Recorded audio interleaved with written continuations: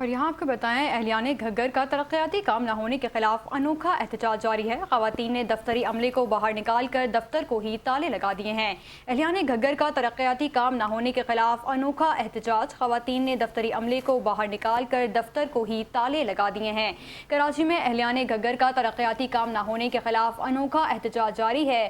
خواتین نے دفتری عملے کو باہر نکال کر دفتر کو ہی تالے لگا دیے ہیں۔ یومین کمیٹی گھگر کے لوگوں کا انوکھا احتجاج، دفتری عملے کو باہر نکال کر یوسی دفتر کو ہی تالے لگا دیے گئے۔ کراچی میں پینے کے پانی کا شدید بحران، عوام احتجاج کرنے پر مجبور ہیں۔ مظاہرین کا یہ کہنا ہے کہ علاقے میں کوئی ترقیاتی کام نہیں ہوا۔ اس بارے میں مزید تفصیلات جانیں گے نمائندہ فائز نیوز شہریار شوکت سے۔ شہریار اپڈیٹ کیجیے گا۔